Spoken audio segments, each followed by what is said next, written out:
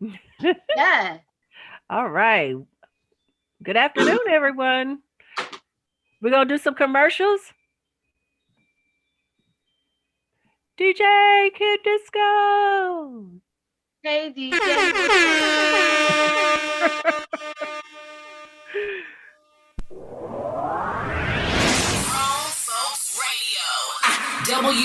WGFB-FM radio.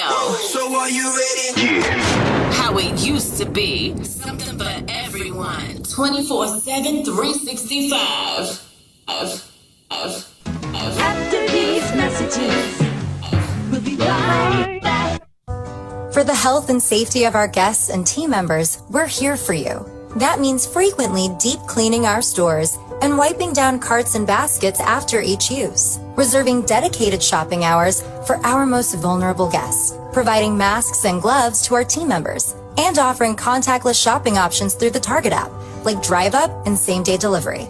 We are here for you now more than ever. And your health and safety is our highest priority. Learn more at target.com/a bullseye-view. New Dunkin' Refreshers. Vibrant fruit flavors like strawberry, dragon fruit, and peach passion fruit. B vitamins and energy from green tea. All under 200 calories. Order ahead via the Dunkin' app for a contactless way to order, pay, and pick up in the drive-thru. America runs on Dunkin'. Price and participation may vary. Limited time offer. Amazon is hiring near you. Earn a competitive wage and start as soon as 7 days. No resume or experience required. Health and safety are a top priority with all of Amazon's roles and sites. Amazon is taking precautions in their buildings to keep people healthy. Go to amazon.com/apply. That's amazon.com/apply. Amazon is an equal opportunity employer. Hey everybody, it's your girl, Shelly Shell Williams, Philly's Oprah, host and executive producer of Single on a Saturday Night. And guess what? I've teamed up with DJ Kid Disco. He is the king of the podcast, and we have Zoom Your Podcast Masterclass. Have you ever wanted to start a podcast? Learn how to be a Zoom professional, throw a virtual party? Now is the perfect time to learn all about it in Zoom Your Podcast. Go to ShellyShellWilliams.com or go to Instagram at Shelly Shell Williams or at DJ Kid Disco. DM us. Find out more information. This class is a must-take class. Hey everybody, it's Shelly Shell Williams, Philly's Oprah, executive producer of Urban Expressions, Single on a Saturday Night, but I am a business, social media, and media coach. And if you're looking to show up on social media with a purpose, I have a course for you. Have you been struggling as an entrepreneur trying to figure out how to get people to engage, how to get people to buy, how to get people just to see you on social media? I have just the course for you. Please go to ShellyShellWilliams.com to find out more.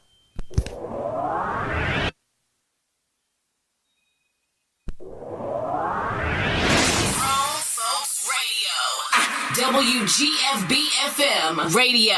So are you ready? Yeah. How it used to be. Something for everyone. 24/7, 365. Yo, what's good? This is Tracy Lee, and you already know I gets down with the get down, man. Grown Folks Radio all day.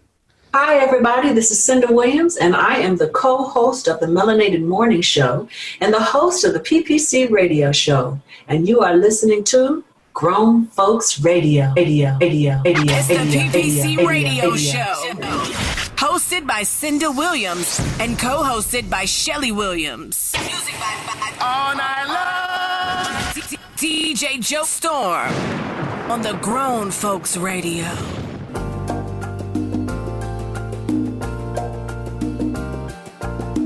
PPC, PPC, PPC, yeah. PPC, PPC, CPC, yeah. Join me so we can grow together. Conversation, get that feeling. Let them know what they're missing. Share with your best friend. Tell them come hear this, yeah. Don't miss your blessings, powerful lessons, true confessions, yeah.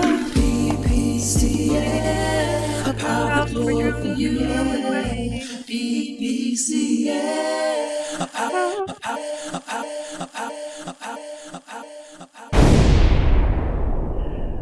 All right. I love that. Welcome to the PPC Radio Show. Shelly Shell, myself, and Craig Engel, aka CJ Julianis. We are here today with you, and we have a really so Shelly, do you? I know you're younger than me, way younger than me, but do you ever forget things? Does that happen to you yet? Not necessarily forget things, but I have some moments in life that are missing for some reason. Like there's these moments and there's these things that are missing. Some maybe because it was protection, but there's some things missing, and I would like to find out. I want to find them, you know. Yeah, I hear you. I've always done that. I've always blocked difficult, challenging things because I'm a very now person. I think a lot about now. Now I can catch myself worrying quite a bit. I talk about this for next week's podcast. I find myself worrying about things. So my imagination really gets into the future and what might happen. But the past, I just like when it's over, it's done. You know, I move on. So I block a lot of stuff. I don't remember things. I have my brother and my sister who have brains like elephants. They remember everything, and they'll talk about stuff, and I'm like, wow, that happened, didn't it? But for me, what's really got crazy is when I started having some short-term memory issues. After I turned 40, I promise I started forgetting things all of a sudden. Like really, I think a thought, and then I'm like, what was I just thinking? What was I supposed to be doing? And that was scary, you know, because I'm an actress. You know, I have to remember things. I have to. And then add to that my connection to some weed smokers and and having a few puffs every once in a while, that affected my memory too. That's why clapping at that. But that's why I don't really partake, because I was forgetting things. Literally, I would be forgetting my name. So no, memory on different things, well, especially in business and what we're doing, it can hinder so many things. I mean, I'm handling so many different things. I have to remember so many details, so we wouldn't be it. But as far as when you said weed, but there was these pills I used to take for weight loss. They were called Fen-Phen.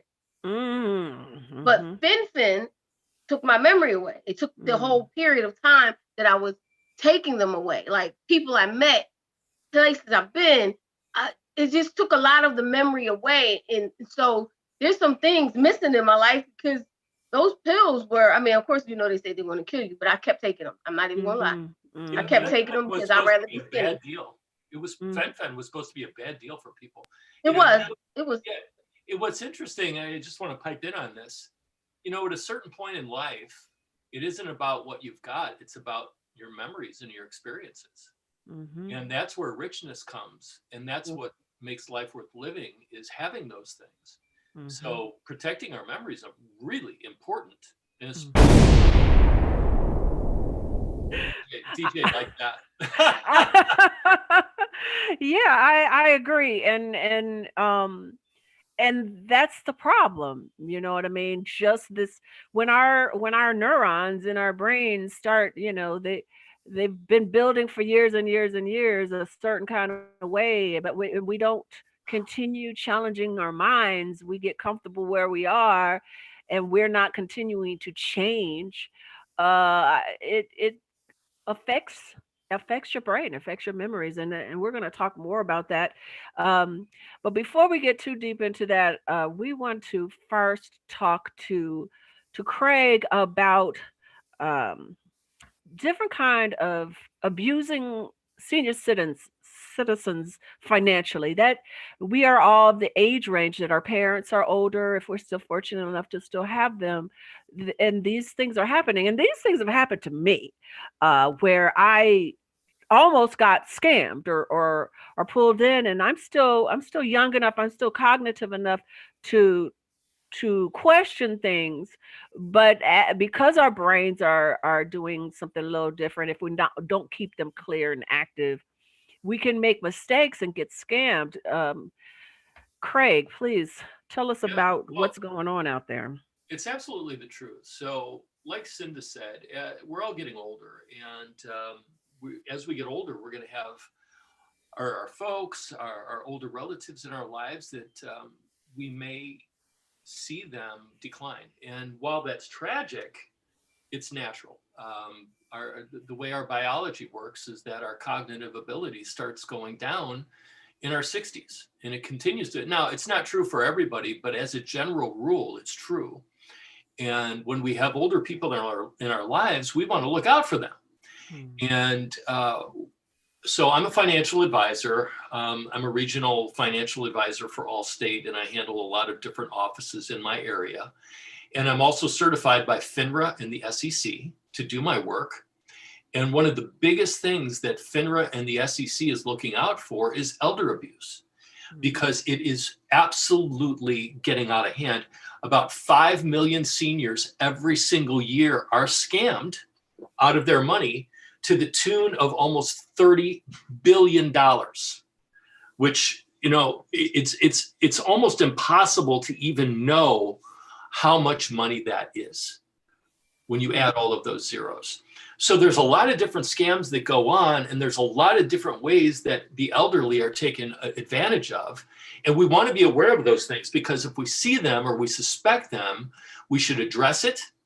We should, in certain cases, we may have to bring in the authorities, especially if it's a huge financial burden for people. But we don't want our loved ones to be taken advantage of. So did you have any specific questions about this that you'd like to ask me to delve into? Well, do you know of any specific scams that might be happening right around now? Well, yeah, there's a lot of scams out there. The number one scam that a lot of seniors run into is investment scams. And there's two classes of seniors that we really have to be considering here. There are a lot of seniors who don't have a lot of money, and they're living on Social Security or a very meager amount of savings. So therefore, they're looking for ways to grow their money.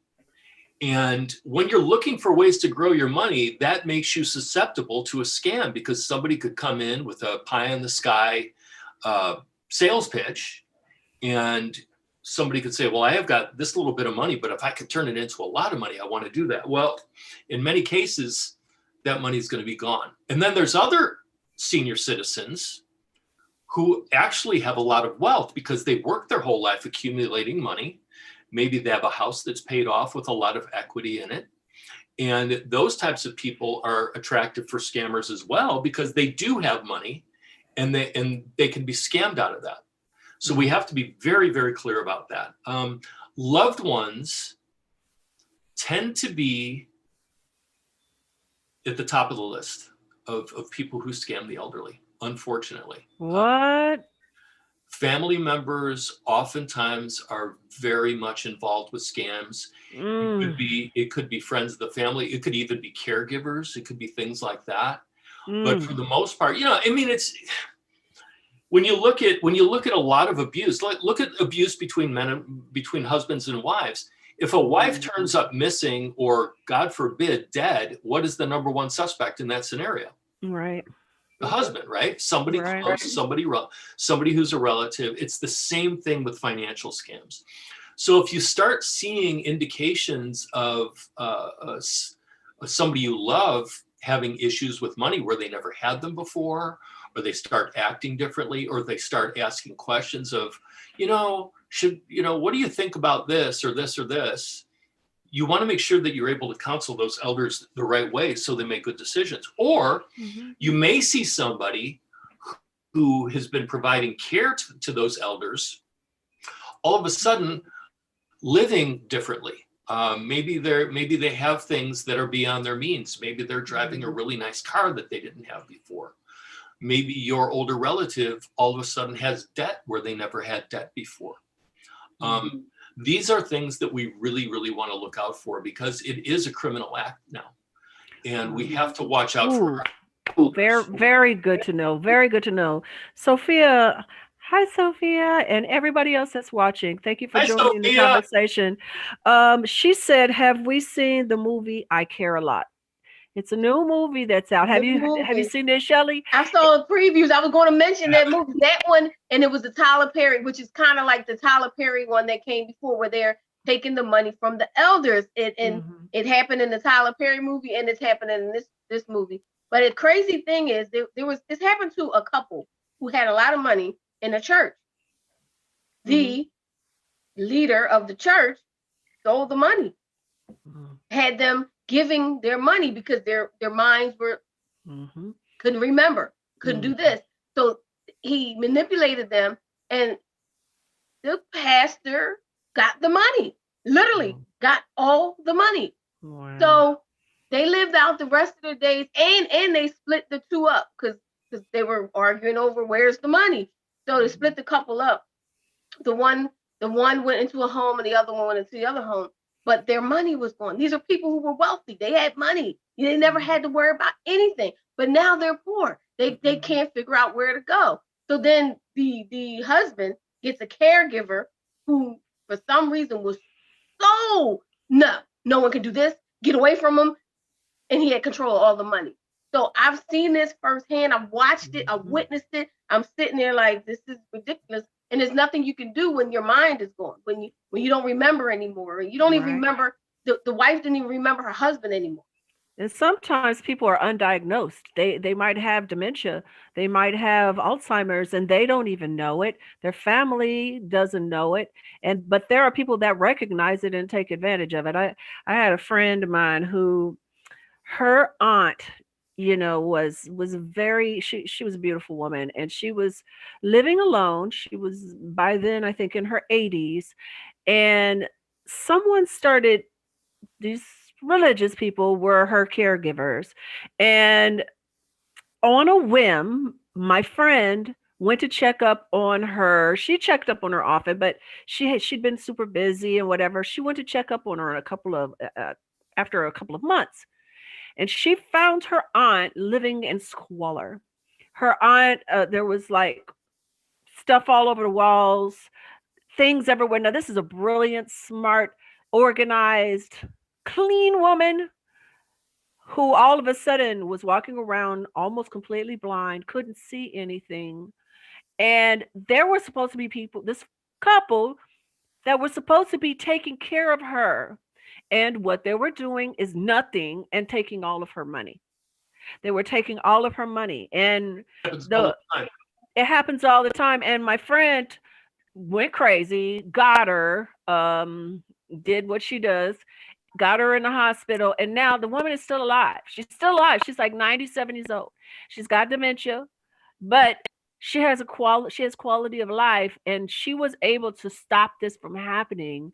I don't know if she was able to put them in jail like she was trying to do, but this happens all the time, and it's terrifying when you think of yourself. Even it's like, please make sure you have connections with people that are young enough to look out for you properly when you reach a certain age, because we all age. We all at one point or another might lose some cognitive ability or make mistakes. And you just got to make sure that you're taken care of. And this is like a problem that is rampant right now. This is a fear of mine. I mean, I'm single, no children.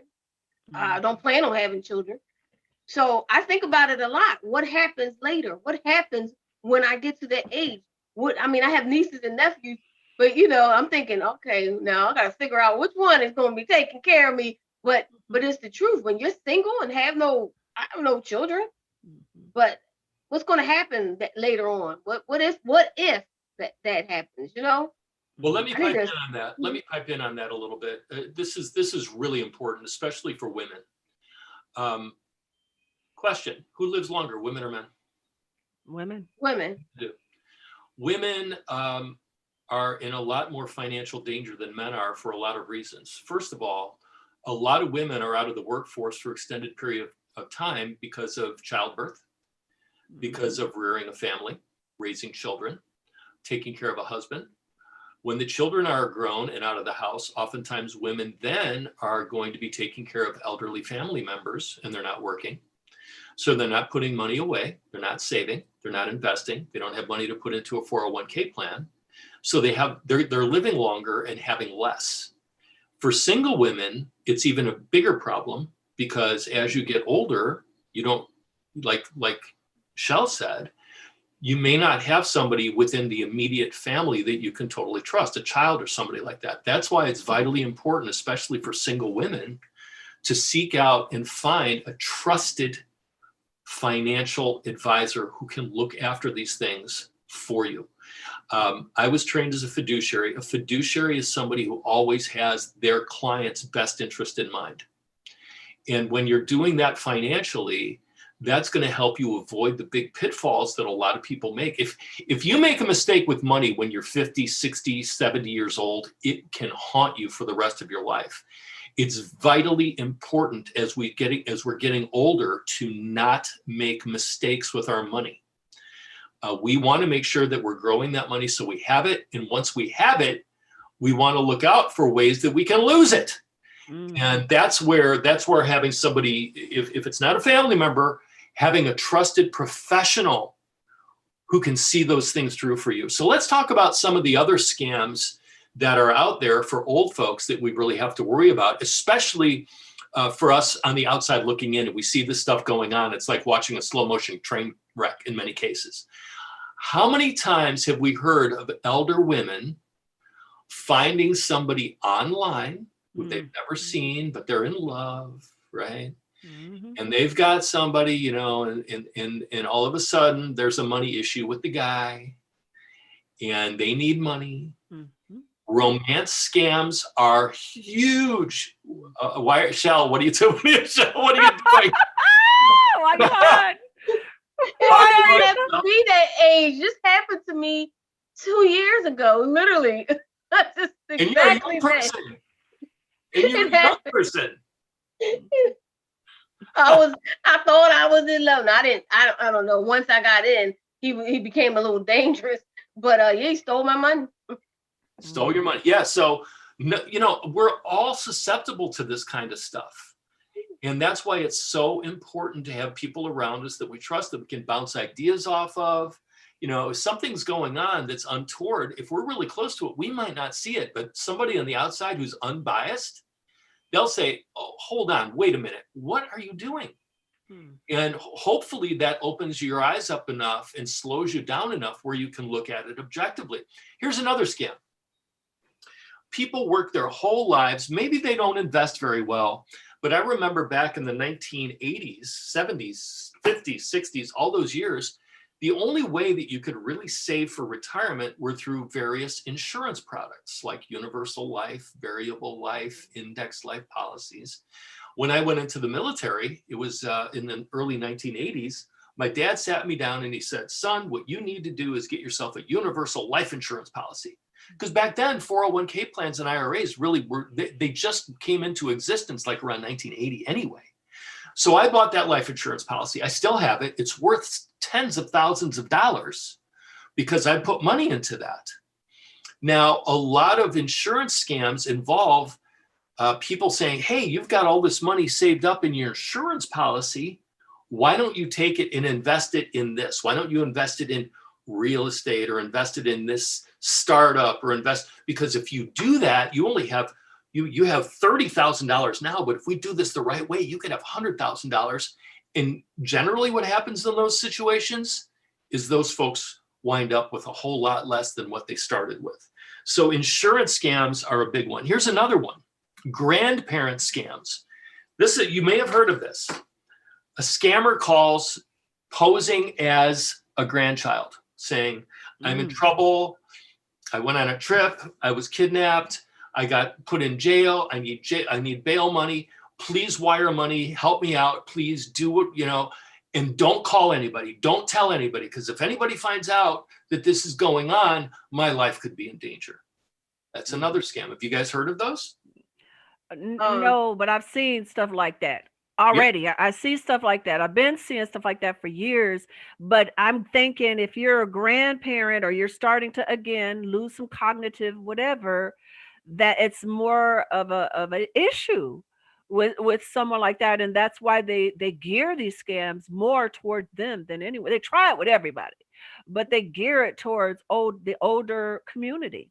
It's a numbers game. And when you're dealing with people who have a declining cognitive function, it's much easier to get that idea across and get what you want done than if it was being, done on somebody who was far younger and had more control over their facilities. Here's another one: lottery scams. You'll get a call and you want all this money, but in order to get this money, you need to pay a small upfront fee to get it. Mm-hmm. Happens all the time. IRS scams. Have you heard of those? Mm-hmm. IRS scams are out there. You're going to be audited, but we can help you. If you send us money, we're going to be able to get you out of this trouble. Those things exist. Mm-hmm. Charity scams, where a fraudster represents themselves as a real representative of a charity. Now, we've all gotten charity calls. I've gotten calls from police benevolent, fire benevolent, whatever it is. And I'm always very leery, because when it comes to those types of things, I want to help charity, but I want to do it on my terms. I'm not going to do it when some stranger calls me. Mm-hmm. I donate to charity all the time. So that's something that we really, really want to be careful of. Do you guys have any other questions about stuff? Well, you know what? We are actually getting ready to go for a break. That is a lot of information that I hope everybody that listens to this really pays attention to. I have been, and my sisters, my brothers, we have all been in a position where we thought, am I getting duped? I myself, I remember calling my brother Fred. I called my brother Haas. Is this real? My brother works for the Small Business Association, so he knows what the scams are, and he says, nope, just don't deal with that. And so I've had my sisters calling me, oh my gosh, I'm gonna, the IRS, blah blah blah, whatever. So I just think we need to communicate with each other. If anybody ever calls you out of the blue or sends you emails making threats, I'll get threats from a company that I have nothing to do with, and it's all scams. So if it doesn't make sense, it's not real. Sure. Almost always that is not real. And so if you have any questions, just call somebody, ask somebody. You can find out information. You can call me. You can call Craig. We're gonna call Craig, because I got that IRS scam too. Hey, you owe for the IRS. We're gonna take all your stuff. And then he had a literal police from the actual police in my area. That number came up as that police, and so they called from there. They took the scam to the 10th power to have the police, but it wasn't. I called the police station back, because I called a friend and said, let me tell you what happened. She said, no, this just happened to my brother. So I was able to call the police station to make sure it wasn't. They said, we're on our way to get you. We're going to lock you up. Oh, I used to get the calls every day. Every day, it would be those robotic voices saying that the police are on their way to pick me up because of something. And I was like, this, the first time I was terrified. I was like, what do? What don't I know about? And most of the time, it's a scam. It's a scam. And if it reaches the right person, they'll give up their money or their information. Well, it's a numbers game, so it's like when single guys go to the bar at night, they know it's a numbers game. They're going to find somebody. But if you have questions about anything, please feel free to call me. This is what I do. My number is 219, for those of you guys who are taking notes, 219-333-1460. Call me. I'll be happy to talk to you about any of that kind of stuff. Okay. You mentioned a 401k. You mentioned a 401k. Can a entrepreneur get a 401k? Does that make sense? An entrepreneur can get a SEP IRA, which is actually better. Okay. Well, we can talk about this. We'll talk about that later. We're gonna have a show with just Craig. It's gonna happen. All right. Well, we're gonna take a break and come back with Vicki Mizel, my friend, with this phenomenal memory technique. I am so excited to see her pretty face after the break. And for the record, anytime they have a warrant for your arrest, they don't call you first. They just kick your door to the next zip code. Speaking from experience. Oh, Lord. Arrest by the letter. Kick down the door. Let's pay some bills.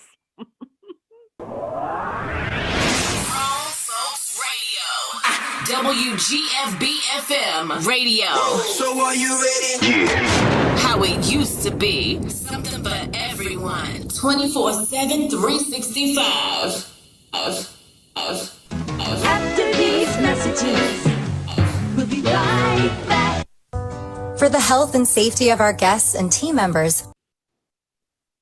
All right, Facebook. We are still here. Yeah. So, am I done? Yes, if you want to be, or you can stick around for the conversation. It's up to you. No, I'll stick around. I just didn't know. This part is we're gonna introduce or have Vicki come in now. She's our guest for the week. We're gonna try to keep it light and fun and interject. Yeah. Again. Okay. Yes. This part of the conversation. When Brian comes in, we'll give him his 10 minutes to say his say about whatever it is we're talking about. Monica Rose said, kid, she said, you keeping it real. A bunch of laughter face emojis. That's funny. You bringing her in before? I thought you don't want to. Yeah, we announce her, or you want to bring her in now? We can bring her in now because I kind of already said we'll let her tell about herself a little bit. Okay. Yeah, that way we don't lag. So I have to tell you, my buddy the cat is laying at my feet under my desk, licking my toes. Oh, Lord. That's a lot of love. That is a lot of love. I don't know. Hey, Vicki. You been listening? I can't hear you.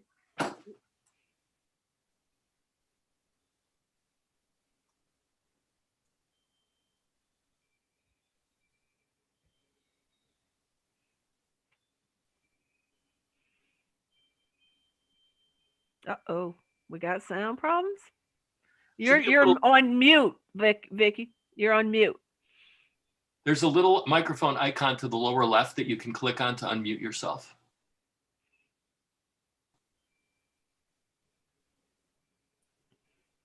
You did it before. So. Yeah, it's the same thing you did before to unmute yourself. There you go. Hey. I didn't have sound. Huh. To be able to listen. Oh. Yeah, I was. That sucks. Good, because I wanted to take the main ideas and then show how to link it using the memory system with it. Well, we were just talking about scams in the senior community. You know, there's a lot of scams with the publishing stuff where they call people up and say, we can publish your book and get you in with a traditional publisher. Mm-hmm. And then they say, oh, for used to be something for everyone. 24/7, 365. Yo, what's good? This is Tracy Lee, and you already know I gets down with the get down, man. Grown Folks Radio all day. Hi, everybody. This is Cynda Williams, and I am the co-host of the Melanated Morning Show and the host of the PPC Radio Show. And you are listening to Grown Folks Radio. It's the PPC Radio Show. Hosted by Cynda Williams and co-hosted by Shelly Williams. Music all night long. DJ Joe Storm on the Grown Folks Radio. Welcome back. Welcome back. Thank you. Sing it. Welcome back to the PPC Radio Show. For those of you that are just joining us, we have been speaking with Craig Engel, aka CJ Julianis, our financial guru, therapist, Main man. He is always bringing the wisdom. We were talking about financial scams, especially geared towards the elderly. But Shelly and I shared some stories when we've been, it's happened to us too.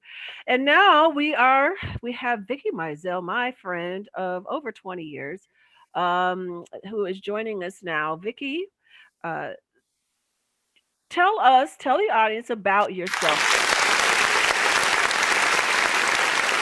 I like that. We used to do that in drama class. And say, give a round of applause. Round of applause. Round of applause. So a lot of the audience has not heard the podcast. So why don't you give us a little recap? Who are you, Vicki Mizel?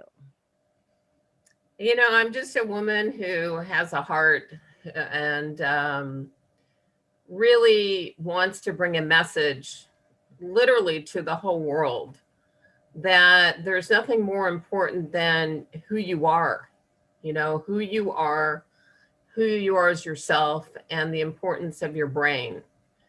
And the message is that the brain can regenerate, and the brain can regenerate at any age. Yes, you start losing some cells at the age of 25, and but the brain can regenerate on into 60, 70, 80, 90.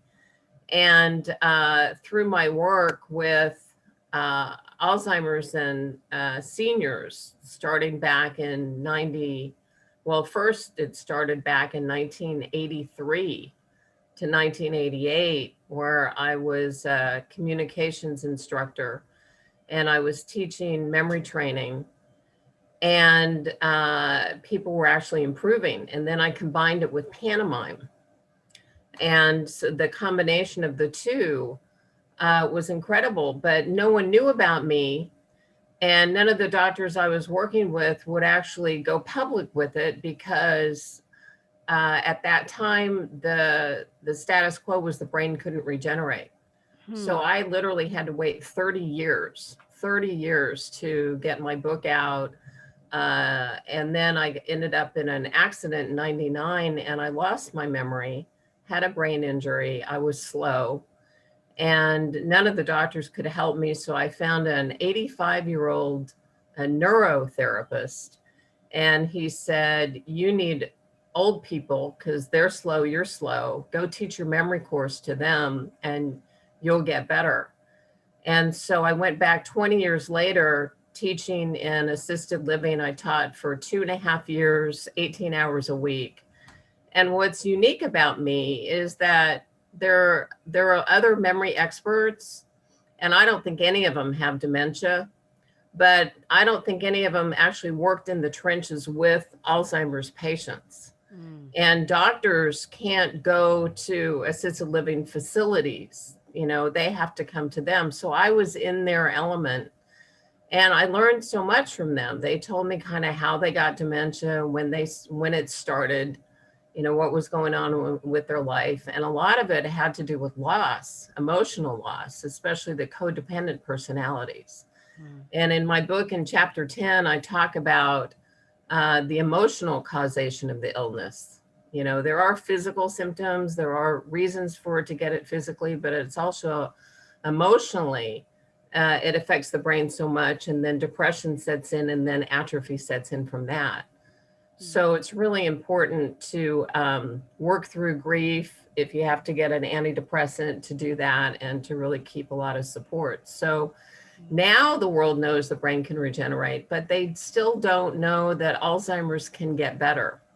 And so that's really, what I came to say. I'm just, I'm a girl from Tulsa, Oklahoma, had a mommy, daddy, and a dog and a brother, and went to college, was trained to be a teacher and an actor.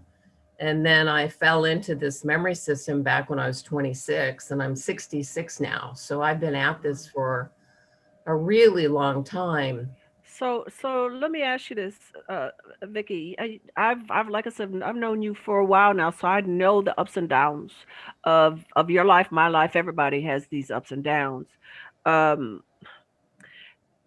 What exactly, can you give us a summary of the memory system a little bit, like an activity that you do, because I read the book, by the way. The book is Love Remembers, and it helped me. The timing was perfect. My mother just had gotten a viral meningitis, which everything stopped working. She literally went from acting like, my brilliant mother to a 2-year-old overnight, and forgot everything.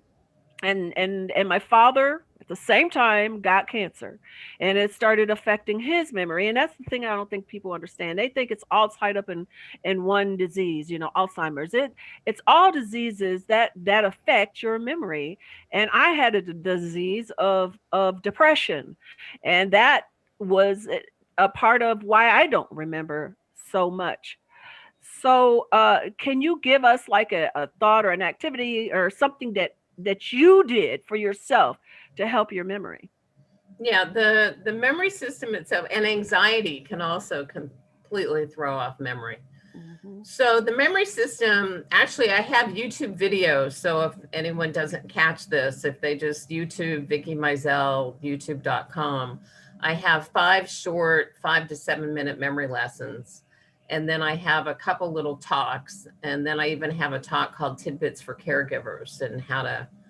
So the memory system is really simple. It's 4 steps. And it's taking one tangible item. So you're using pictures. So one item on the left in your mind and another on the right. And you're going to link it with an action verb that ends in ing, where the 2 items are physically touching, physically interacting. And then you want to see it in your mind. So if you had, let's say, a boat and an orange, you'd see the boat crashing into the orange. So you wouldn't just think it, you would actually see it. And then you could embellish it. You could hear the crash, you could smell the oranges, like that. But you only want to use 2 items at a time. And then the power is in the recall. And the recall is asking the question, what's the item on the left doing? So you look up in your mind's eye and then you see the boat crashing into the orange. So let's say you have a to-do list in the day. You have to go to the grocery store and you have to go to the bank. So a grocery store, you can make it a shopping cart, or you could make it what you have to remember to get. Craig was mentioning a cat, so maybe he has to remember to get cat food. So then what you would do is you would then have the boat disappear, put the orange in, and then cat food, and then have the orange do something to the cat food that's an action. So it could be falling on it, it could be opening the can, you could make these animated. So that's the idea. And you want to, have ideally maybe 7 different items and then recall it. Now you wouldn't have the can of the cat do something to the orange, because that would be right to left. So you always want to go in the left to right sequence. And then let's imagine one more. What's one more thing you have to do today? I have to write. Okay. Would you see that as a book, as a computer? Computer. Okay. So then you would have the cat food do something to the computer. What could you see the cat food do to the computer? Dancing on the keys. That's beautiful. I love that. All right. So just to recap, so you'd start with the question. The first item, what was the boat doing? We see the oranges, right? Then you say, what are the oranges doing? You see the can of the cat food that's opening the can. And then you say, what's the cat food doing? You see it dancing on the computer. So that's basically the first foundation of the method. Now it seems simple, but here's what's really happening. Every time you re-see a picture in your mind, you're releasing about 10,000 neurons, new neurons. Carl Sagan mentioned it in his book, Dragons of Eden, like a 10 to the 10th. So 10 to the 10 of seeing the picture of the orange, now you've got 10,000 neurons. 10 to the 10th of that, when you see the can of cat food, now you've got 1 million neurons. And then 1 million to 1 million, now you've got 1 billion or 10 10 million. So we just made like millions of neural branches in the brain just doing that little activity. Wow, that's amazing. I've been watching a lot. My father was really into this, which is interesting because he started forgetting was the whole quantum physics and the whole neurology. The Deepak Chopra talks a lot, has a lot of books about how your mind is regenerated. It can be for years and years and years. And so this is just confirmation of that. And I hope people are understanding that, because we're all aging every minute we're alive, and this can help us. I'm trying to understand. My uncle has, well, we're not supposed to tell who it is, but my family member has Alzheimer's, and my mom was trying to figure out games. What can we do? And I don't really know any games. So this is something that she can do, like maybe to occupy him, help him regenerate his mind. Because you're saying this could really help for someone who is. Yeah, you can do that with Alzheimer's. A couple of different things that I do with the Alzheimer's is have them get up and act out, do like a little improv of something. So if you show them something that's a positive emotion, let's say you're having them look at a picture of an event like a honeymoon or a family trip, and have them think of one idea of what really stood out for them, and then have them get up and act it out. So for example, on the back in 1983, when I was at my the Alzheimer's daycare center in San Diego, the Alzheimer's group, it turned out their honeymoon was a significant day for them. And so I had an artist draw the pictures of a kiss, a monkey grinder, an organ, golf. So when I drew the picture of golf clubs, I said, who remembers that they went for golf? And so the guy basically said, that was me. So then he got up and he acted out playing golf. Now, this is a guy who otherwise had been sitting in a chair like this, just drooling like that. And instead he gets up, and I don't know if you can see me, but he's going like,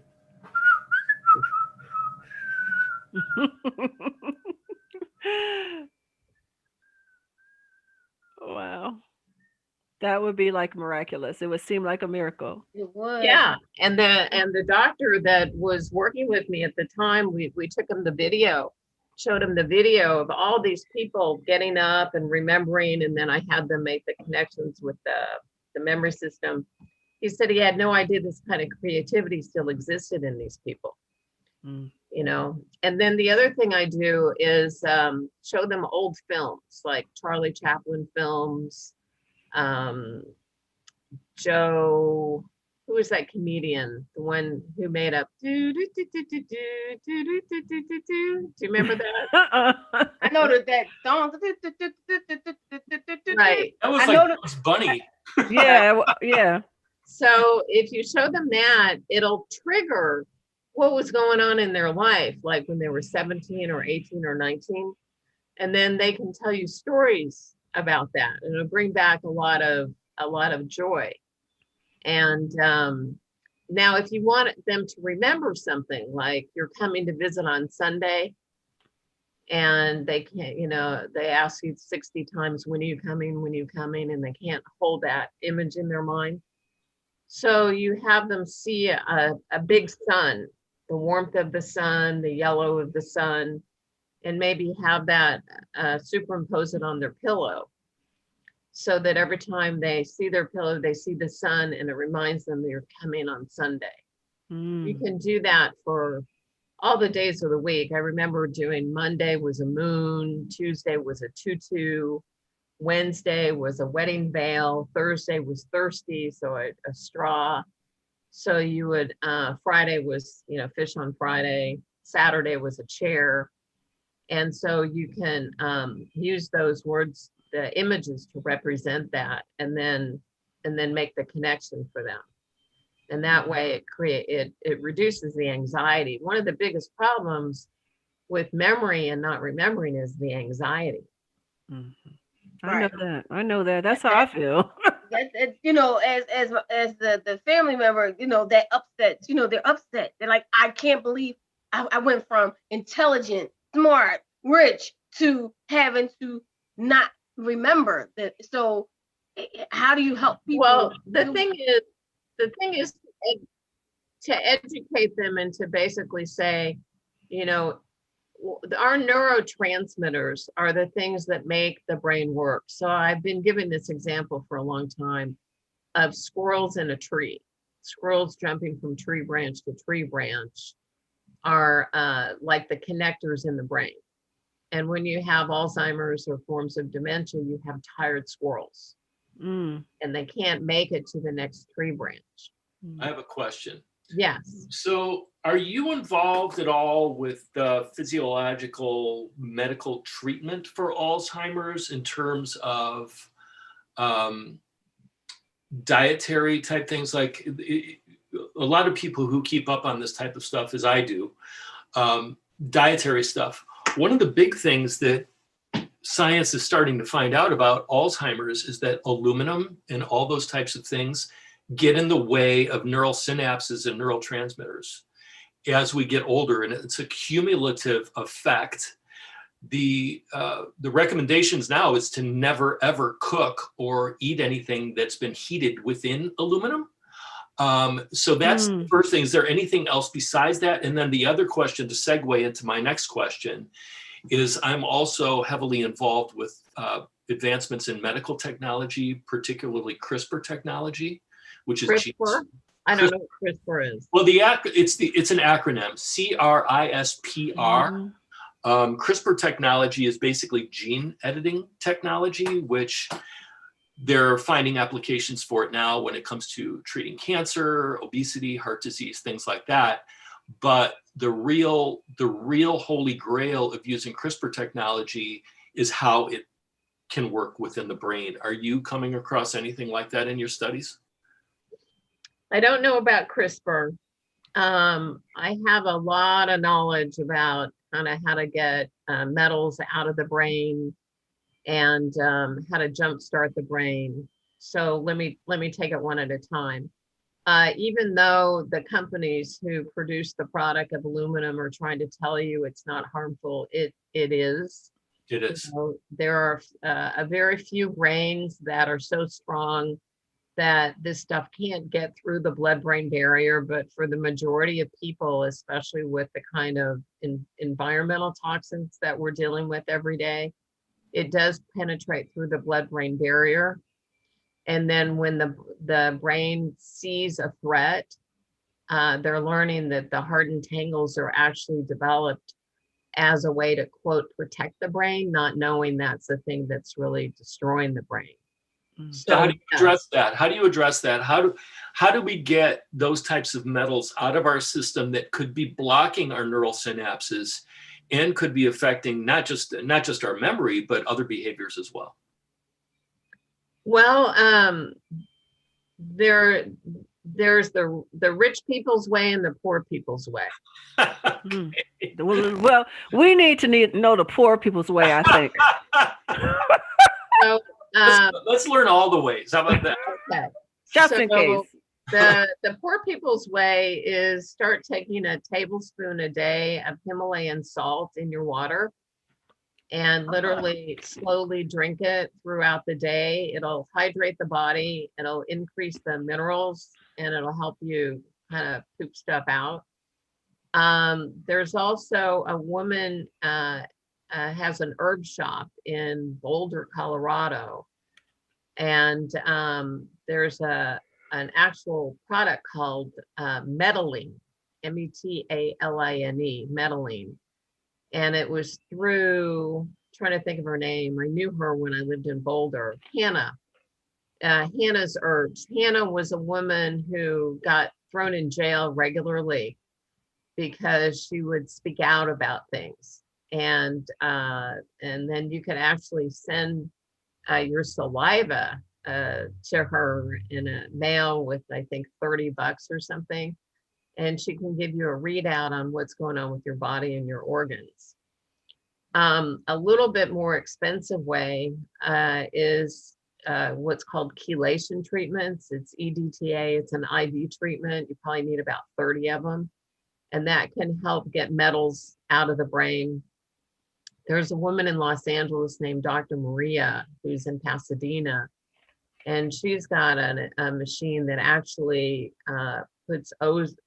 runs ozone through the body, can clean out the cells, and actually help remove plaque out of the brain. So you can go from, the cheap version to the more expensive. But, I was thinking about this because I had not just one brain injury, but 2 brain injuries. And in the second brain injury, I started panicking, actually really panicking, because I was starting to have chemical dementia, and it became so powerful that it led to cancer.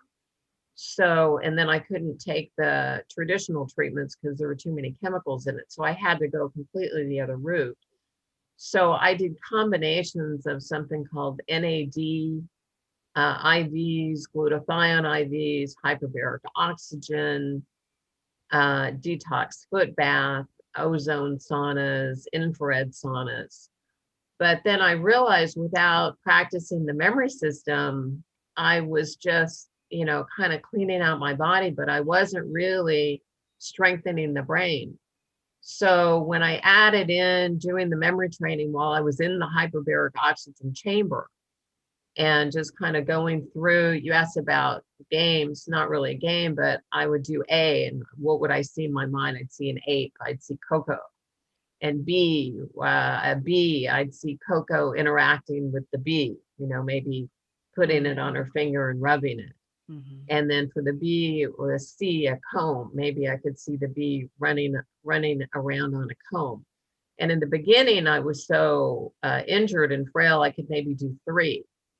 And then I could do 5, and then I could do 7. And then I remember the day where I went through half of the alphabet.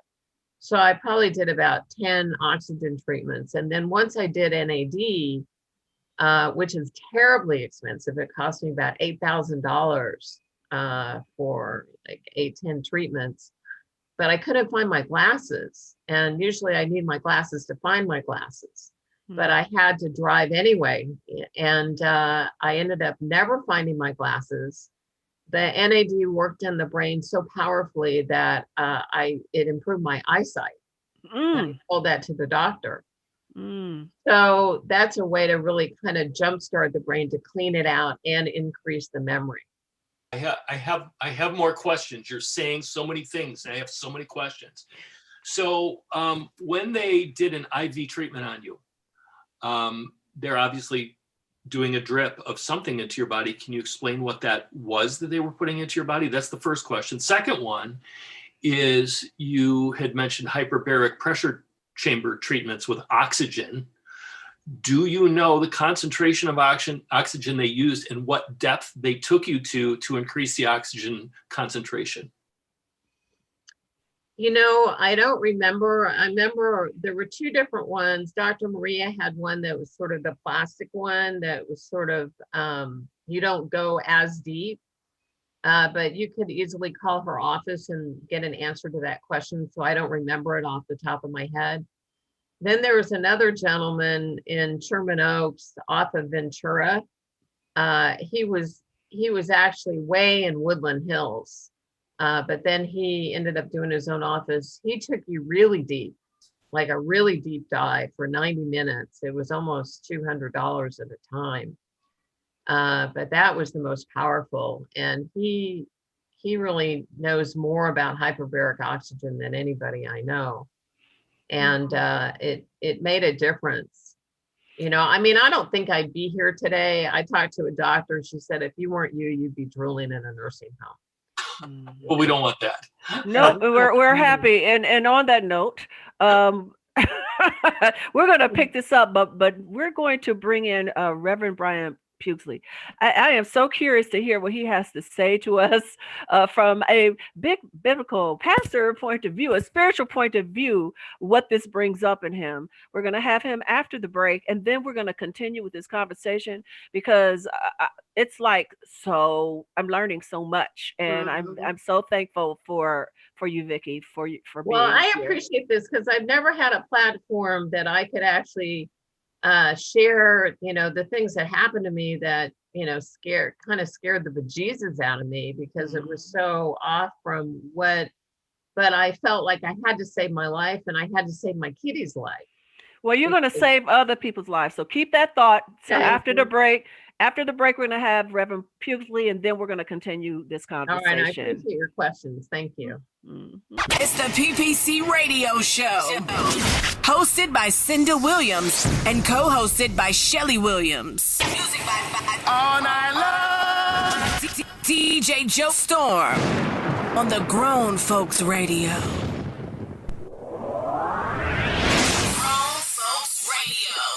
WGFB-FM radio. So are you ready? How it used to be. Something for everyone. 24/7, 365. After these messages, we'll be right back. Ready for him? Yeah, he can come in.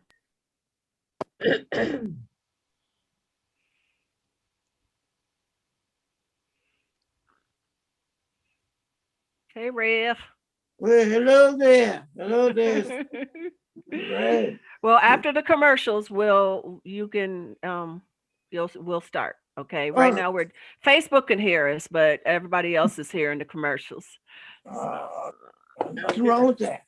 All right. So I'm on now, since we got a little break, even though they can hear us. Craig walked away, but Vicki, this is Shelly Shell. This is Shelly Williams, and this is Brian Pugsley, Reverend Brian Pugsley. He's a regular on our show. He comes on from a spiritual point of view, and DJ Kid Disco is our producer. He's in the black right now. You can't see him, but I'm sure he's listening. And then that was Craig Engel, who has these wonderful questions and is super, super smart. So I just want to introduce you to everyone. Did I hear somebody say smart in association with my name? Don't always. Oh. Yeah. So I was just introducing everyone because we kind of just rushed through, because honestly 2 hours is not a long time to get a lot in there. And you're having fun. Yeah. I have so many questions. When I was in the Navy, I actually was a medic and I operated a hyperbaric pressure chamber, and I would use that to overcome the effects of the bends and decompression sickness and things like that. But when you apply pressure to the air, oxygen becomes more concentrated, and at a certain point, oxygen is actually toxic. I don't know if anybody knew that, but it's true. And so what I'm interested in mostly is which therapies you thought were most effective as you were going through them. Because there's so many things that are out there, especially for people with limited means. We want to find the best therapies at the best price. And so if you could address that when we come back, that would be awesome too. Yeah. After Brian has his say. Yeah, we'll you give the questions, Craig, and she'll be able to answer. And though the expensive methods are good to know, I really want to also keep it at a place where the everyday man that's listening to the show can maybe use this information. Like the salt. That's what I said. I'm about to go. Go put that salt in there. I am literally like WGFB-FM radio. So are you ready? How it used to be. Something for everyone. 24/7, 365. Yo, what's good? This is Tracy Lee, and you already know I gets down with the get down, man. Grown Folks Radio all day. Hi, everybody. This is Cynda Williams, and I am the co-host of the Melanated Morning Show and the host of the PPC Radio Show. And you are listening to Grown Folks Radio. It's the PPC Radio Show. Hosted by Cynda Williams and co-hosted by Shelly Williams. Music by All Night Long. DJ Joe Storm on the Grown Folks Radio. Yes. Thank you so much for coming back with us. For those of you just joining the PPC Radio Show, we have been talking with Vicki Mizel, the author of Love Remembered, and she is a wealth of knowledge when it comes to regenerating your brain through games, through easy ways like Himalayan salt, and giving information about different means to help yourself so we can live longer and healthier lives.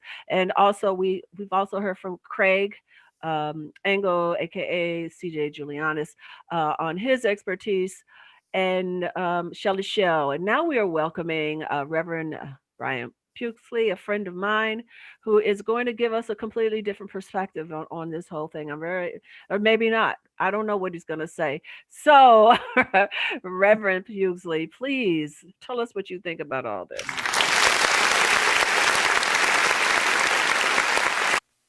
Well, very interesting topic. Biblically, it's kind of hard to, when you really study the Bible, it's kind of hard to actually find something on memory, and many of the things that you find about memory normally is about lost memory.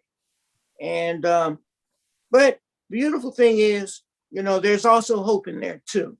But one of the things I found in my studies, preparing for my appearance here, I found something in 2 Peter 1:13, where Peter was telling everybody, 1:13, especially starting from the 12th verse, where Peter was just pretty much saying, I intend to keep on reminding you of these things about Jesus, though you know them already and are established in the truth. I think it is right, as long as I'm in this body, to refresh your memory. And I will make every effort so that my departure, that you may be able at any time to recall these things. And my little touch on it is like, I would call this topic memory preservation. In other words, think about it. We wouldn't know these words if somebody didn't speak it. And, the earliest form of memory came from the spoken word. And then came the written word. And so therefore, when you think about it, if you a person likes to journal, and you journaling, and at the time you're thinking it's insignificant, insignificant. It really isn't, because you can come back to it, you can revisit that maybe a month, 2, 10 years later, and you would be thinking that you're a completely different person who wrote that message. I myself, I can recall when I used to journal in high school. I would be journaling and I'd write stuff down, not thinking it would mean anything. And I went back probably about a year or two later after I've written it, I'm like, wow, this is something I didn't even know that. So it's kind of like, as I was growing up and I started doing music, I started putting music together. I would write my own songs, record them. I didn't think it meant anything then, but I remember a couple of years ago, I listened to it again for the first time. I'm like, wow, this is something interesting. I better keep this saved, because, you never know, because it's like a time capsule. So, and I know that I've never had a personal experience with somebody close to me having memory loss, but the closest I got was when my late grandfather had a stroke.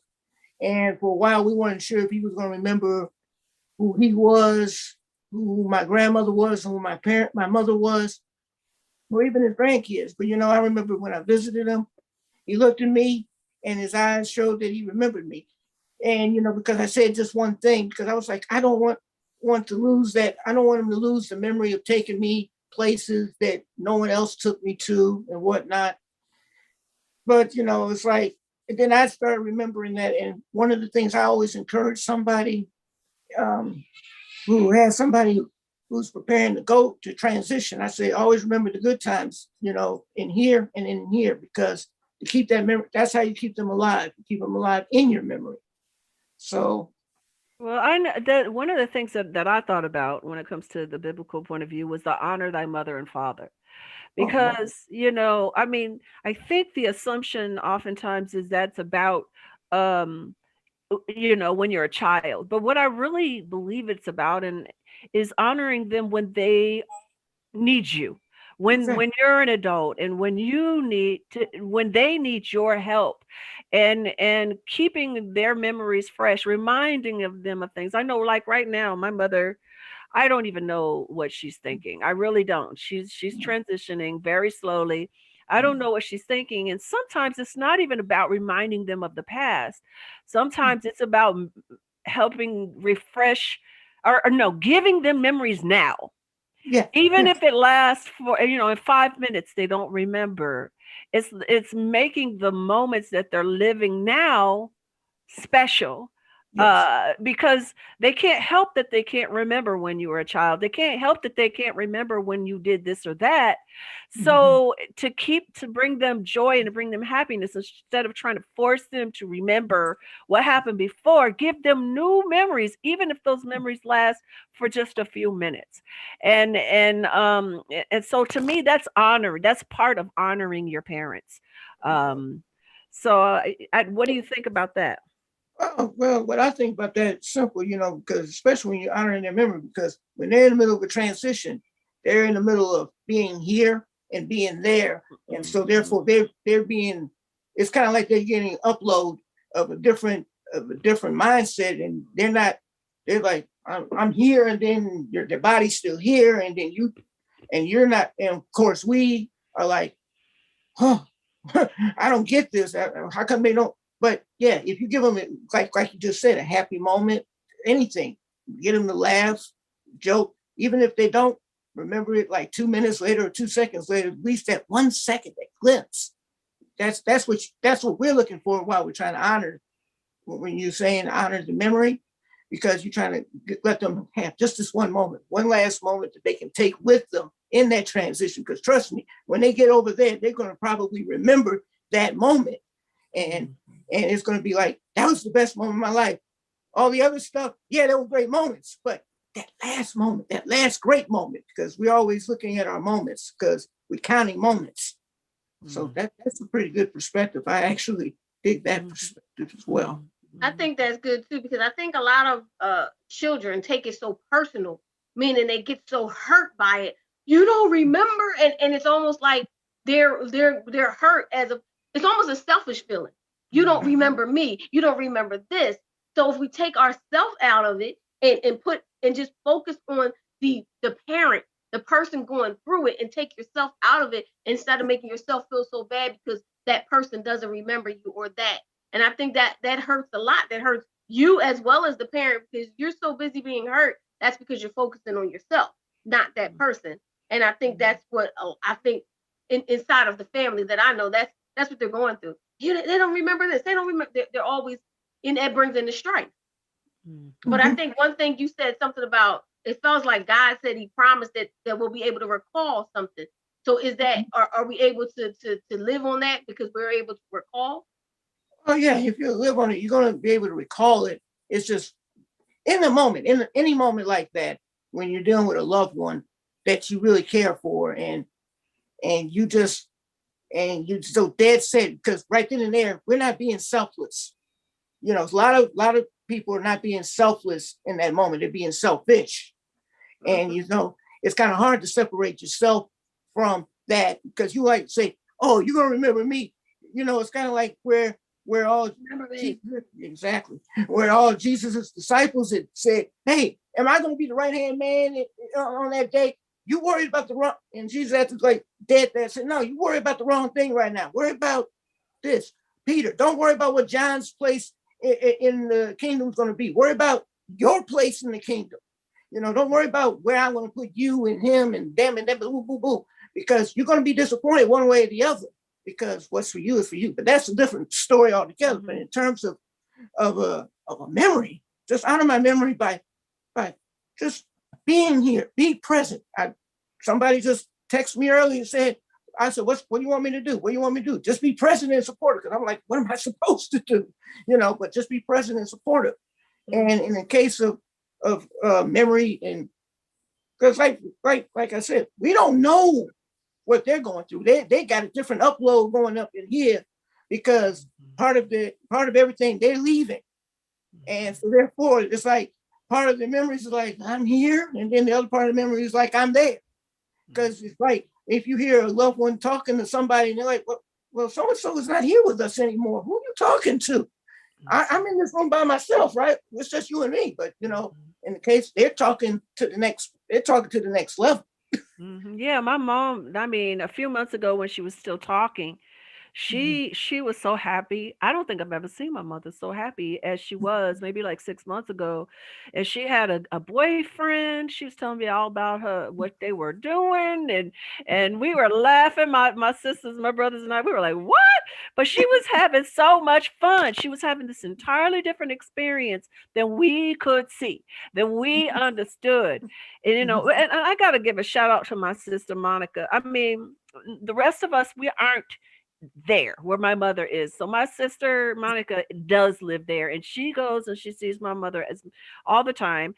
And every time she goes, she gives her spa treatments. She shaves a beard, you know, because you know when you start getting all that testosterone, when you're older women, you start getting.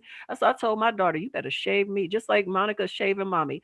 You know, she does her nails, she gives her facials, she reads to her, she sings to her, and when we all are there, we're all doing our things. I'm sure she has a different experience with every one of us.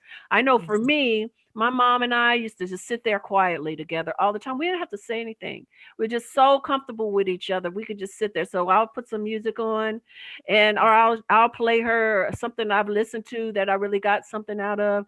And it's about, no matter what she can remember, it's about creating the moment, like you said, right now.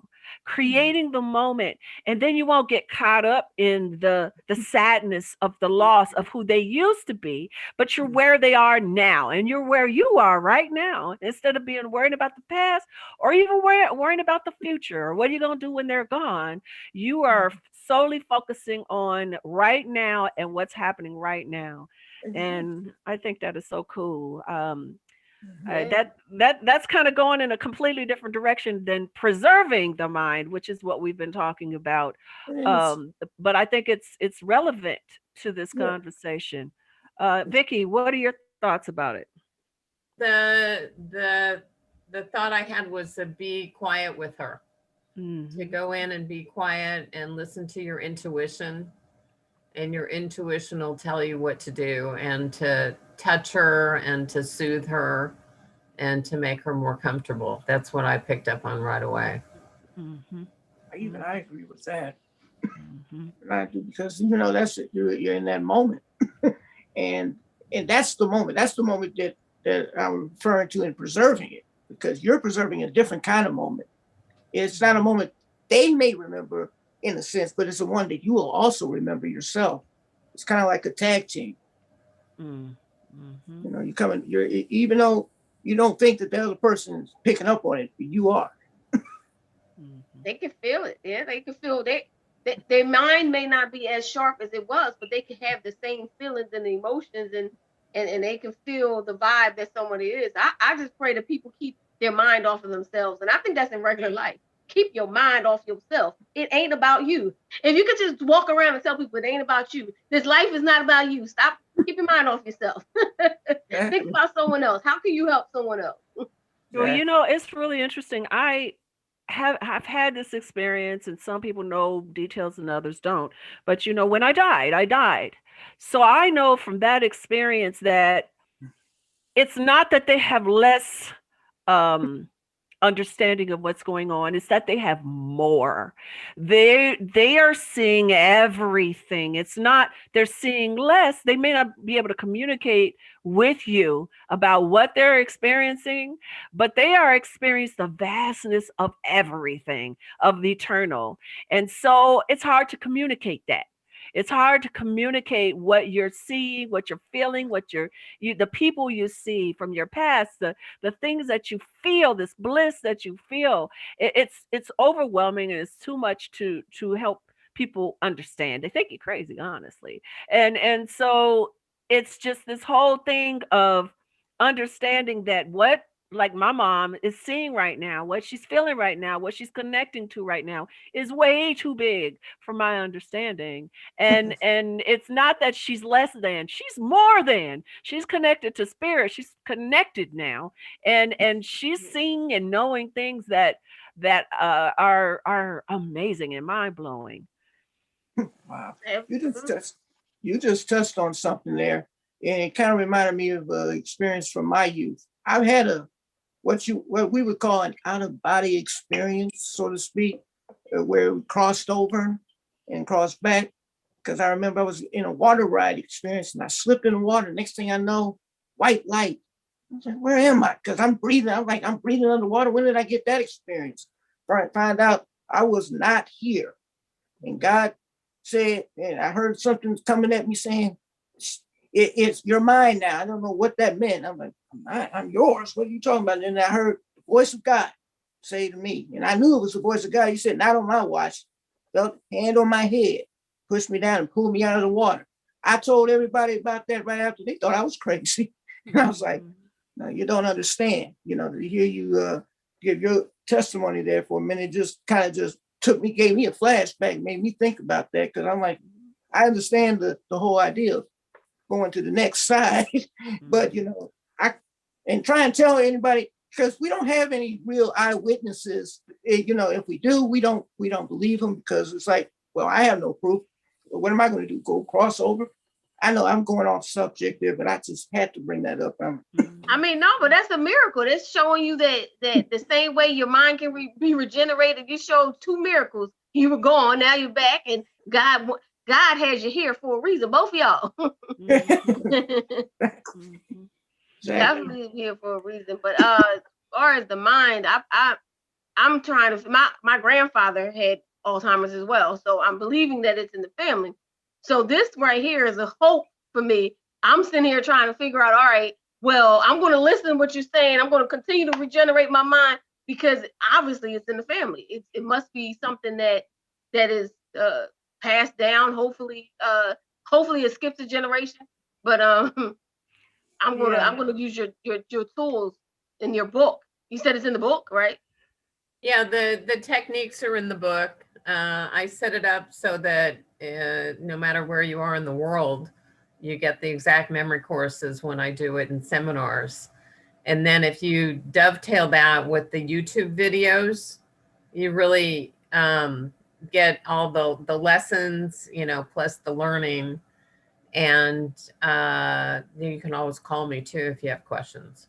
I think I will. I can ask one more question. So when you're talking about from a spiritual perspective, right?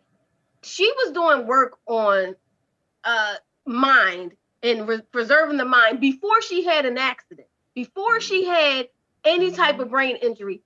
From a biblical perspective, Pastor, do you think that God was showing her how she could prove to people that I know this worked? I had my brain, then all of a sudden I get a brain injury. I'm doing this study. I can prove now that I did it for myself. Now I can prove to other people. Do you think God was setting her up to show her so she could prove to the world that this is possible, that it's possible to regenerate your mind? And God was just like, we don't want to go through trials, but your trials is for somebody else. So what do you think, Pastor? Yeah, most definitely. God was probably preparing her, whether she knew it or not. He was preparing her with the techniques. He was giving her everything that she needed to know. Did she know she was going to go through it? No, she didn't know she was going to go through it. Now I didn't hear the whole story before I got here, but I do know that, that probably helped her out, because she probably had some doubts in the beginning. I'm not sure. But, in a sense, when you think about it, in the end, she's probably decided somewhere, I want to put this to practice, see if this works. And lo and behold, here we are today. And obviously it worked. But yes, God purposed her for all of this, One of the things that I noticed is, in this country a little bit, is the lack of preventative medicine, the lack of preventative exercises. We're not really taught early on about things that can help us later on. And I mean, maybe Alzheimer's, dementia, these things don't run in your family. But if you're practicing mind games and growing these neurons as a something you do, as a practice that you do all the time anyway, just in case, not, it's like your insurance for, I'm going to keep my mind fresh. I'm going to keep clarity.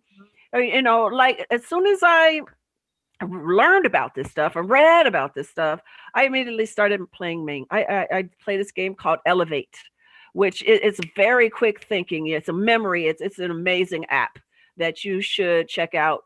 Anybody that's interested in helping yourself, the neurology, Elevate. It's frustrating because you realize how you've slowed down in your memory, it's all these different basically games and quizzes, and then it tells you how well you did and where you need to work and read in English and math and all these different areas, and it works different parts of your brain. So it's an amazing one.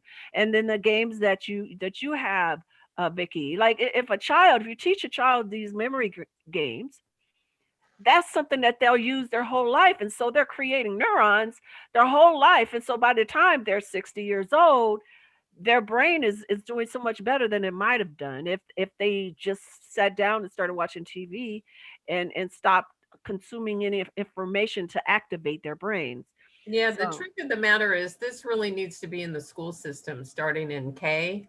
And if they taught memory training, which, I did in San Diego over 20 years ago, but if they mandated memory training and they had it K through 12, by the 12th grade, they'll all be geniuses.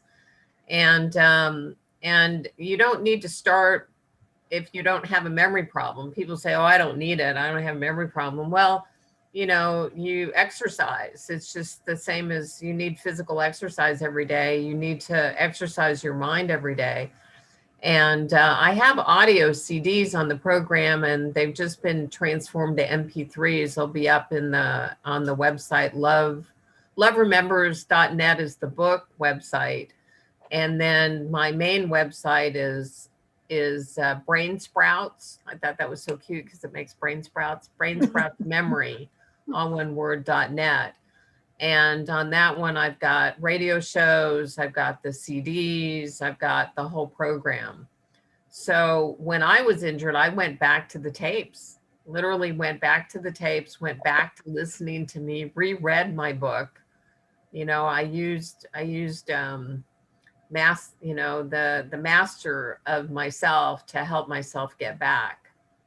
And I found that there was a movie, they did that in, forgot the name of the movie now, but the guy who was like the head guy got injured and he went back to his master self to ask for help.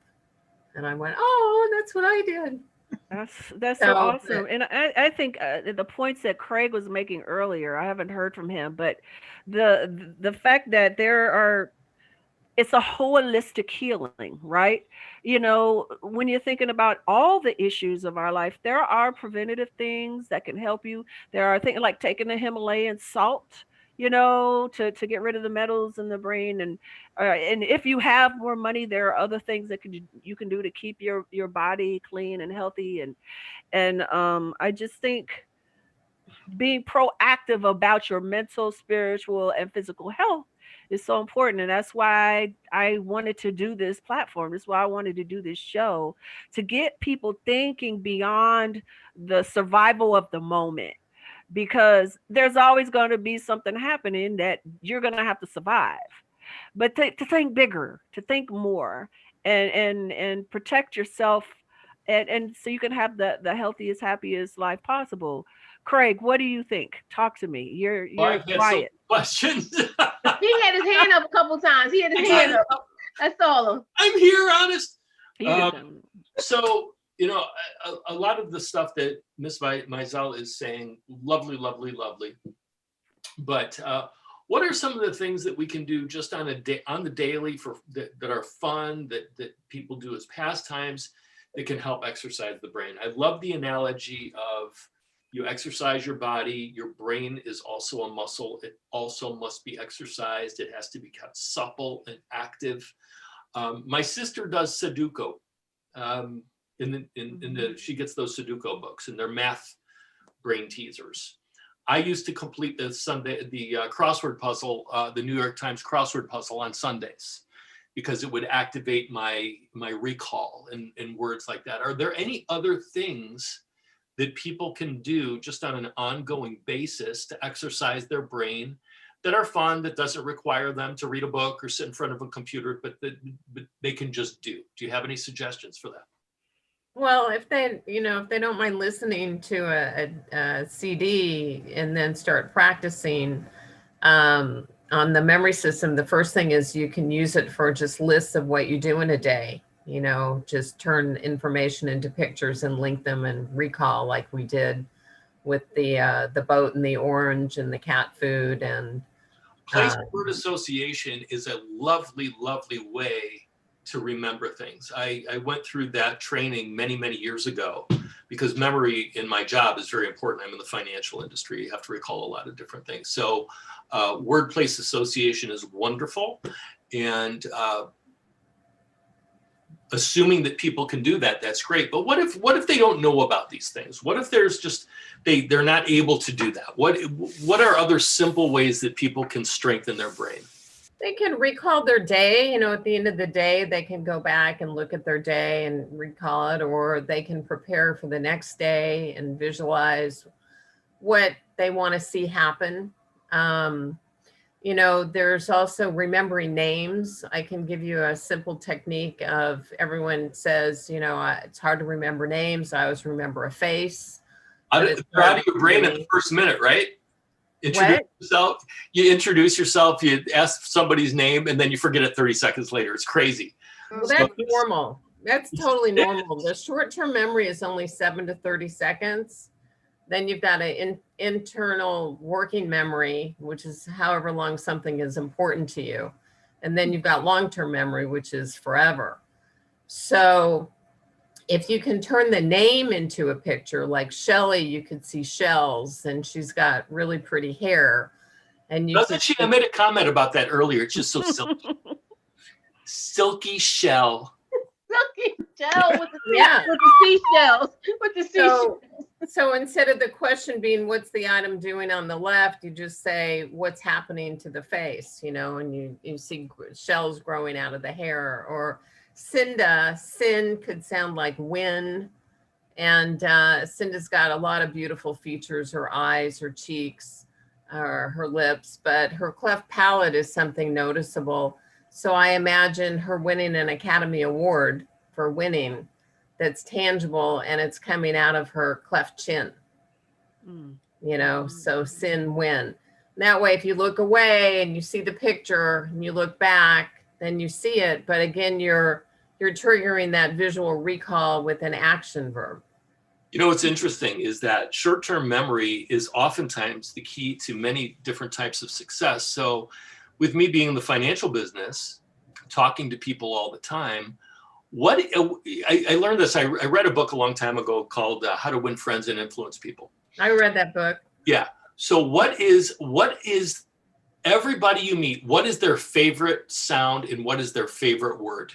Their name. Their own name. And if you are able to use those short-term memory techniques, like you were talking about with word place association, in order to remember people's name when you meet them, especially if you're doing business, that is one of the biggest ways to ingratiate yourself positively in a situation where you're hoping for a positive income for both people. So I learned how to do that a long time ago, because I use that same technique, but I use the room technique. So I have 5 places in each room of my house where I will hang a memory. Like if I need to remember somebody's name, I'll say, okay, I'm going to hang that on my keychain hanger right by my door, and I'm going to remember Cynda's name because it's hanging right there with my keys. And I've got 5 different places in every room where I can affix a memory. And I think when I did that course, I believe my memory improved by like 60%. It was huge.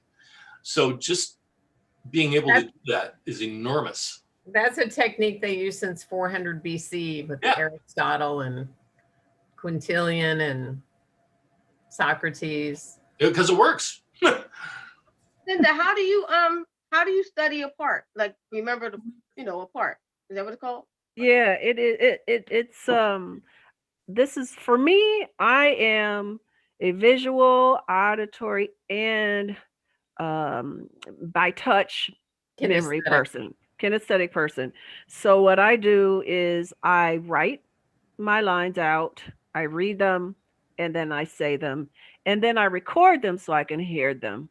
So every sense is there, and I try to get people to give me stuff ahead of time. I can't. It's so hard for me to learn stuff in a second. I've done it before. One time I did this movie where this guy. So many people were bringing up this movie. It was such a bad experience for me. But they waited until I got on the set to give me a 2-page monologue. Oh, because wow. They were just jerks. They were just jerks like that. Which movie was this? I want to know now. I'll tell you when we're offline. I'll tell you because they're stars, so I can't mention their names. But not Mo Better. Okay, so don't go there. But they were really awful to me, and I don't know why this guy hated him. I have an idea why this guy hated me. But anyway, he gave me a monologue, 2-page monologue when I got to the set, and it was with this great big actor who I love very much. He's such a great guy. And they said, okay, do it. And basically what he wanted me to do is he wanted to give me a line reading of every line. That's what he wanted to do. Instead of letting me learn the monologue. And I'd been asking for it for a month because they told me it was coming. And they waited till the day of. But he wanted my performance to be his performance. So he knew if he gave me the monologue right when I was getting ready to do it, then I wouldn't know it. And he could say, okay, say this, and I would say it, and then we'll edit it together.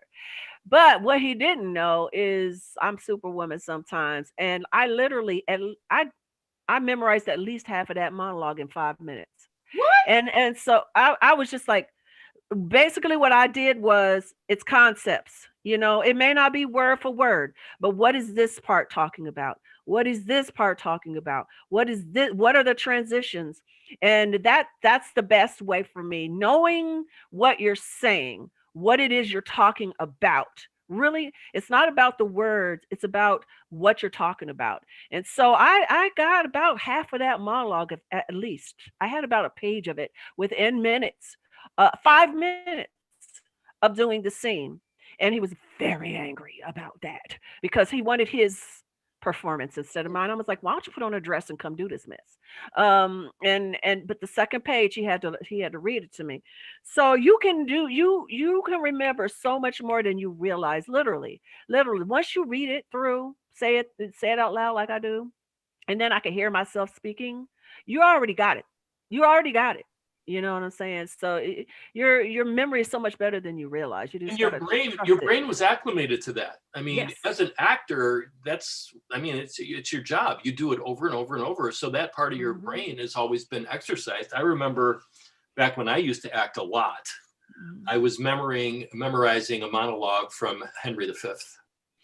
And to me, memorizing Shakespeare was always the hardest because the monologues tended to be enormous and you had to say them just right, otherwise you'd lose your audience because there's nothing worse than bad Shakespeare. See bad Shakespeare, you'll never see Shakespeare again because it's bad. But I remember doing that, and I did it in the car on a long drive. I was driving to Florida with Larissa, and she told me her technique, and what she did is she would memorize the first letter of every sentence. And that allowed her to visualize it because she's a visual learner.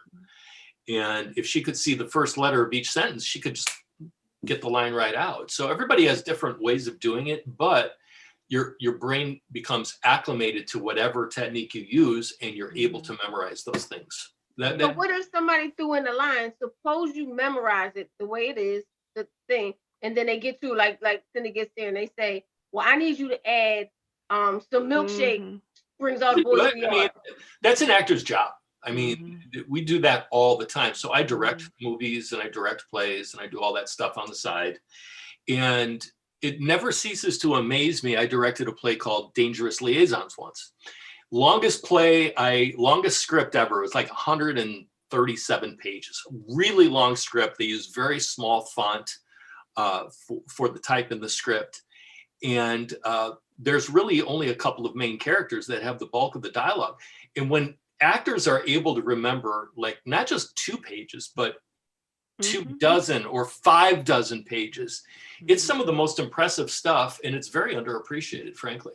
And we do it. And you do it. It's your job. It's your job. And they do that, Shelly. They change the lines. That's why I don't really, for most movies, really memorize until I get to the set, because almost every time when I get to the set, it's a completely different script. They want to say something different. And so I just got to have the main idea. What is the scene about? What is it about? And then when I get the script, I'm cool. And on that note, we're going to wrap this up because we only have five. I think Vicki had something really fast. Really fast, because I want you to tell us about where to find you. We have 5 minutes to do it. So, but everybody's got to speak. So give us a quickie. Okay, so you just take the main idea, turn it into a picture, and then link it with the action verb. So if a line is, it's not right, you could see shirt inside out. Remind you of the concept, like you said, inside in it's not right. You're killing yourself, you know, and then you see a knife, and so the shirt's holding a knife. So like that. So the idea and the tangible picture. Everybody read her book. Tell us, where can we find you, and your website, all that information. Give us that information. Okay. So the book is called Love Remembers, and you can find it on Amazon, but you have to make sure you write Love Remembers by Vicki Mizel, Vicki-Mizel, otherwise you get 12 songs.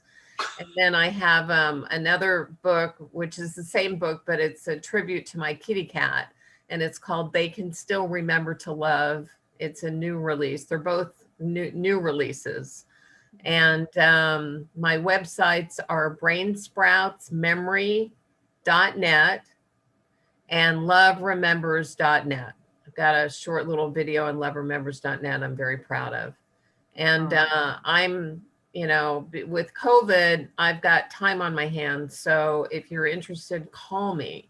It's my joy to help you. You're not bothering me. Thank you. Beautiful. All right, Reverend, tell us where we can find you. All right. You guys can find me on Safe Haven Podcast, Brian C. Pewsley's Safe Haven Podcast. It's available on all podcast platforms, Spotify, Apple, and Google, and more. I can be found on Instagram, Brian_C_Pewsley, Pughsley. I can be found. I listen to this podcast. It's very inspiring. All right, Craig, how can they reach you? I can be found in Northwest Indiana, throughout Chicago, helping people with all of their financial questions and achieving their financial goals.